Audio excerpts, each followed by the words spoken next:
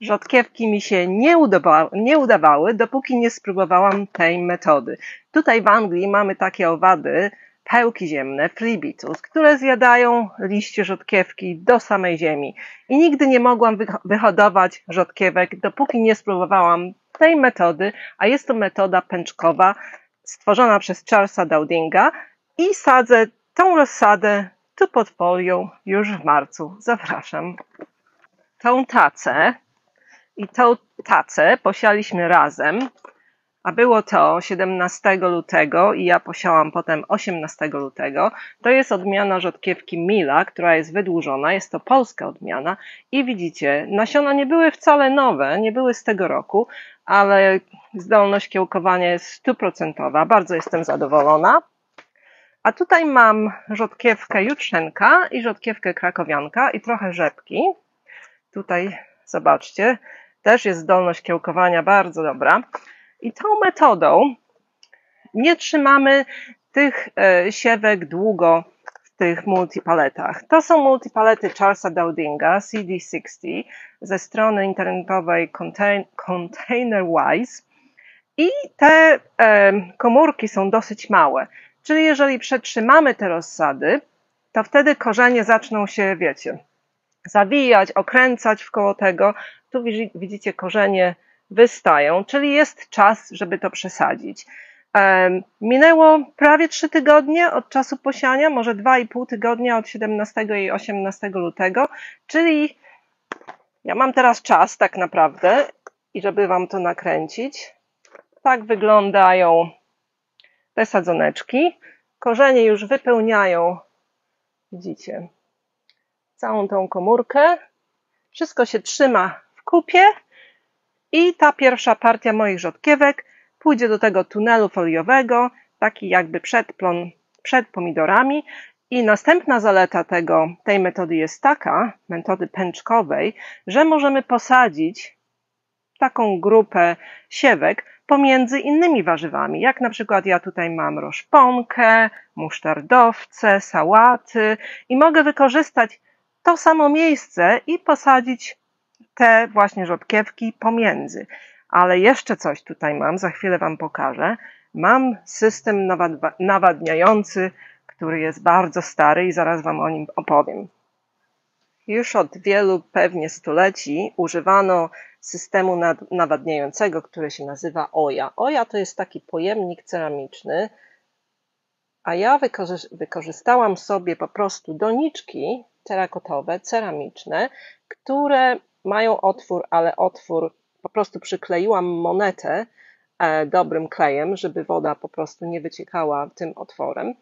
I tutaj woda po prostu przenika przez ścianki tego pojemnika terakotowego, bo one są takie, wiecie, przepuszczalne dla wody, mają dużo porów i powoli ta woda sobie przecieka do ziemi. I zaleta tego jest taka, że podlewanie nie jest tylko na powierzchni, ale głęboko. I jeżeli mamy większe doniczki albo większe, albo skleimy na przykład dwie, jak zrobiłam sobie tutaj, skleiłam dwie doniczki i ta głębokość jest 2 razy większa. Jest taki tylko z tym problem, że muszę tutaj wodę wylewać za pomocą lejka, bo ten otwór jest bardzo malutki.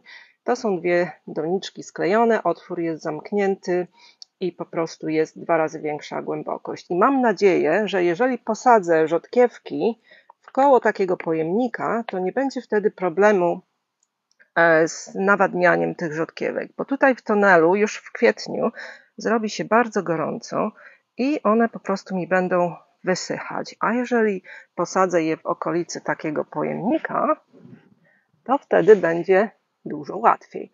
Zauważyłam, że jeżeli wypełnię je całkowicie, to w ciągu doby opróżniają się do połowy, czyli w ciągu 2 dni taki pojemnik się opróżnia, a ten, który jest podwójny, pewnie troszkę dłużej, ale nie jestem w stanie zobaczyć, ale mam nadzieję, że jeszcze tam woda jest.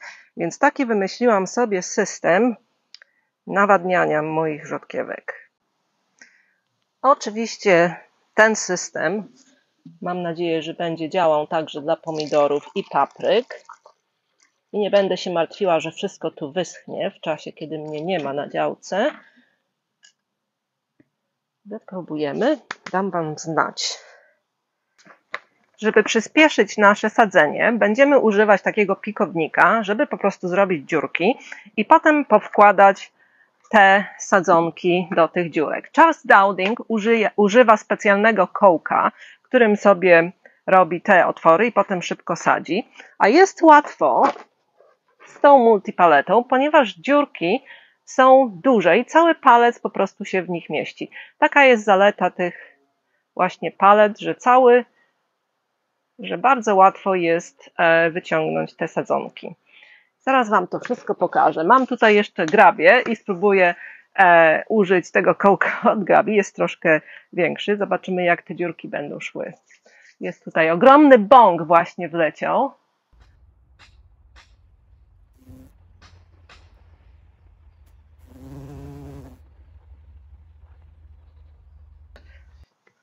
Jeżeli macie duży ogród, to taka metoda jest dosyć szybka. Widzicie, możecie zrobić całkiem dużą dziurę tym pikownikiem i należy zachować odstęp pomiędzy tymi kępkami. Dla rzodkiewki może to być 10 cm, bo no wiecie, muszą mieć substancje odżywcze. I tutaj widzę, że wkoło tego jednego mojego podlewacza się zmieści z 5 i potem po prostu wyciągamy jedną taką i wkładamy do dołka, uciskamy. Troszkę poniżej poziomu gleby. Tak Charles Dowding właśnie poleca, żeby zrobić to poniżej troszkę, żeby korzenie stykały się z podłożem. I on nawet nie zasypuje tego ziemią, tylko przyciska i idzie dalej. Tak po prostu idzie bardzo szybko. I dlatego właśnie nie przytrzymujemy tych rzodkiewek zbyt długo, bo jeżeli one urosną zbyt wielkie, to wtedy ta cała operacja robi się zbyt trudna. A tak po 3 tygodniach rozmiar jest perfekcyjny do takiego sadzenia. Sadzimy i gotowe i czekamy, aż nam rzodkiewki urosną. Oczywiście tą metodą nie musimy sadzić tak jak ja. Możemy sadzić w rzędach, możemy jak chcemy, pomiędzy sałatą, pomiędzy czymkolwiek. Ale dla mnie ta metoda jest super, bo mogę trzymać te moje rzodkiewki w domu i chronię je przed szkodnikami. One na początku kiełkują sobie w ciepłym miejscu, jak na przykład w kuchni. I potem jak tylko zaczynają pokazywać jakieś zielone kiełki, to wystawiam je do inspektu. I teraz po 2,5 tygodnia, 3 tygodniach idą sobie pod folię. I ponieważ są już podrośnięte, to wtedy mogą, jeżeli nawet jakieś pchełki ziemne tutaj się zaplączą, jeszcze jest trochę wcześnie, ale są podrośnięte i są w stanie wytrzymać ten atak dużo lepiej niż jakby dopiero wschodziły po prostu na grządce. No i zobaczcie, już posadziłam. I teraz nie martwię się, że te na przykład roszponki urosną za duże i mi zagłuszą rzodkiewki, bo te roszponki teraz zjadam, je zbieram i tak samo robię z sałatą.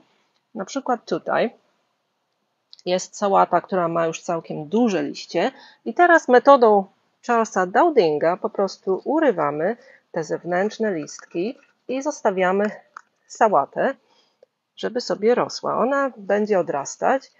I co kilka tygodni przychodzimy, zbieramy sobie te zewnętrzne listki, robimy miejsce dla rzodkiewki, sałata odrasta, nie musimy siać nowych sałat, bo po prostu mamy odrastającą sałatę. I on tak robi i potrafi przez kilkanaście tygodni zbierać liście na sałatki, na sprzedaż z takich sałat z jednego siewu. A z innych nowości to kwitnie moja brzoskwinia. Zobaczcie, kwitnie moja brzoskwinia i będę chyba musiała przyjść z pędzelkiem i pozapylać, bo nie widzę dużo owadów zapylających. Mamy około 10 stopni na plusie. No jeszcze jest całkiem chłodno i muszę zapewnić, że te brzoskwinie po prostu się pozapylają. Jest to bardzo młoda brzoskwinia odmiany Avalon Pride. No i chcę spróbować brzoskwinki.